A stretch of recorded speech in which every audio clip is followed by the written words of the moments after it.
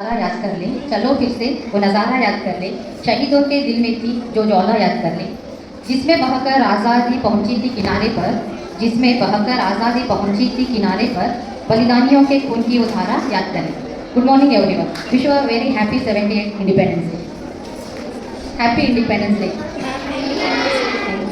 आज़ादी आज़ादी का महोत्सव हर साल 15 अगस्त को पूरे देश में बहुत बड़ी धूमधाम से मनाते हैं। स्कूल, कॉलेजेस, ऑफिस, चाहे वो गवर्नमेंट हो या प्राइवेट हो, हर तरफ बड़ी बहुत धूमधाम से मनाते हैं। लेकिन क्यों मनाते हैं? क्योंकि हमें आज़ादी मिली बोल को मनाते हैं, हो या नहीं? लेकिन आज़ादी से पहले हमारा देश कैसा था? ये दिन के लिए अनेक महान व्यक्तियां अपने प्राण को बलिदान दे को है, ये हम सब जानते हैं। हर साल हर एक स्पीच में भी हमें उनको याद करते हैं, जैसे कि महात्मा गांधी, पंडित जवाहरलाल नेहरू, लाला लाजपत राय, ऐसे महान व्यक्तियों को हमें याद करते हैं। तो इसलिए कवि भगवती चरण वर्मा ने कहते हैं, हरे भरे है खेत सुहाने, फल फूलों से युक्त वन उपवन, तेरे अंदर भरा हुआ है खनिजों का कितना व्यापक धन, मुक्त हस्त तू बांट रही है, इसलिए मातृभू शत शत बार प्रणाम बोल को कवि भगवती चरण वर्मा ने कहते हैं। तो इस तरह हर एक में भी समृद्ध रहने वाले भारत देश में अचानक ब्रिटिशों का प्रवेश हुआ।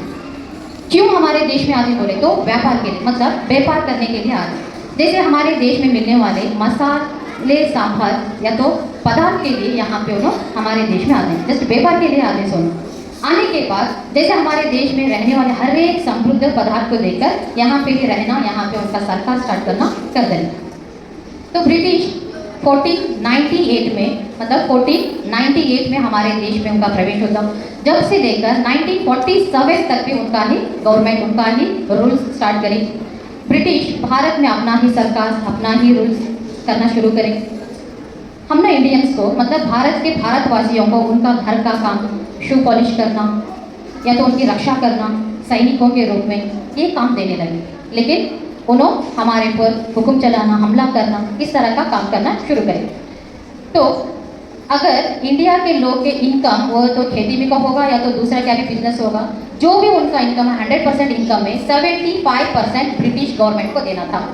25% उतना ही हमें इंडियंस को वो प्रॉफिट था। अगर इनकेस कौन भी एक राजा हो या तो एक व्यक्ति मर गया तो समझो कि उनका पूरा का पूरा प्रॉफिट, उनका इनकम क्या भी हो, उनके आस्ती क्या भी हो, वो सभी का सभी गवर्नमेंट, मतलब ब्रिटिश के गवर्नमेंट के अंडर में आ जाए। ऐसे बहुत सारे रूल्स थे। तो ऐसे में ही बहुत सारे मुसीबतों के साथ साथ हमारे इंडियंस थे। लेकिन लास्ट में 1857 मई 10 को हमारे भारतवासियों ब्रिटिश के अपोज युद्ध करने स्टार्ट कर दिए। कब? 1857 मई 10 को स्टार्ट हो गया कि ब्रिटिश के अपोज आज़ादी के लिए लड़ाई करना स्टार्ट करेंगे।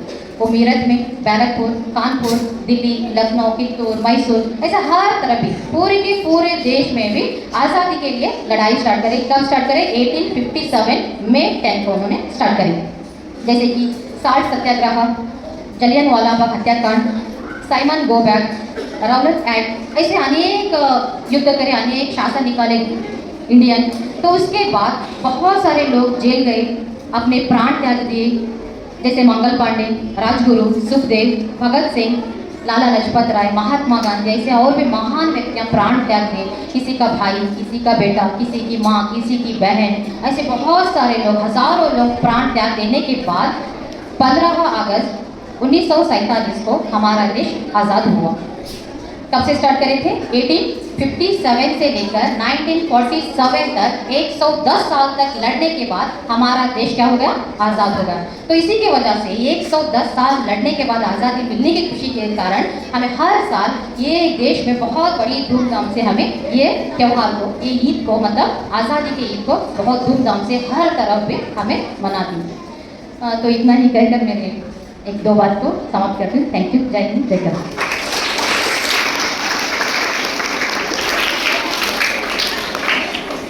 Speak few words about this day. And this is the last speech you are hearing. First of all, I would like to extend my heartiest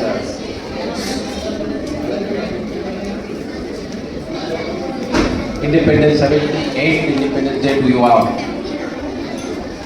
Friends, dear friends, my dear small friends, little friends.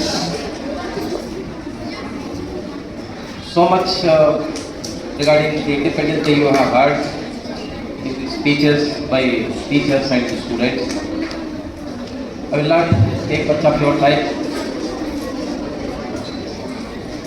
I want to tell you, I want to ask from you people, what lesson you have learned from Independence Day?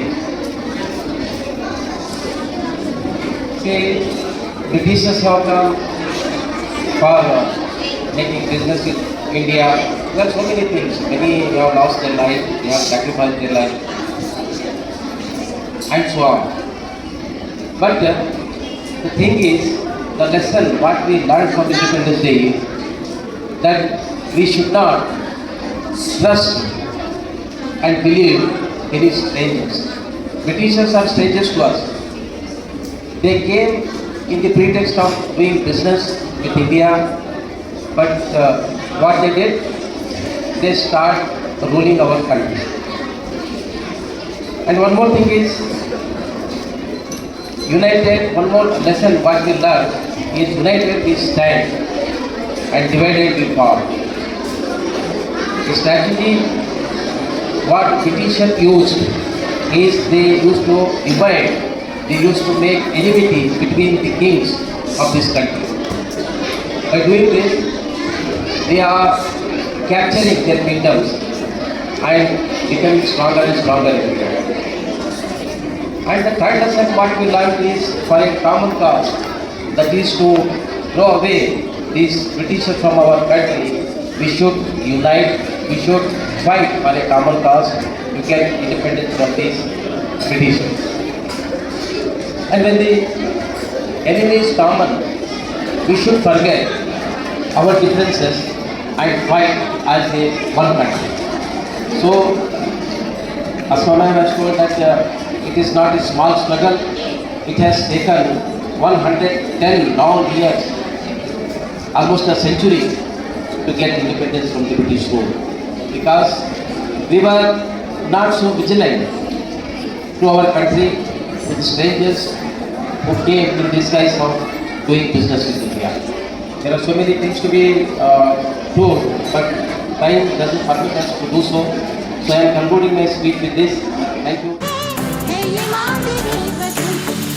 वतन वतन मेरे आबाद रहे तो, वतन वतन मेरे आबाद रहे तो, मैं जहाँ रहूँ जहाँ में याद रहे तो, मैं जहाँ रहूँ जहाँ में याद रहे तो।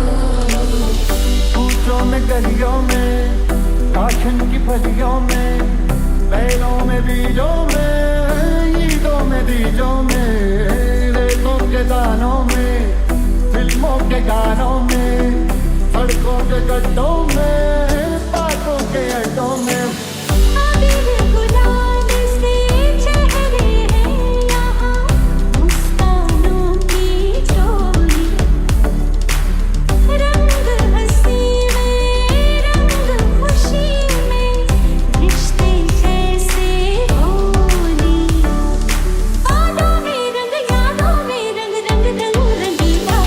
घर कब आओगे, ये घर कब आओगे, लिखो कब आओगे, कि तुम बिन ये सुना सुना है।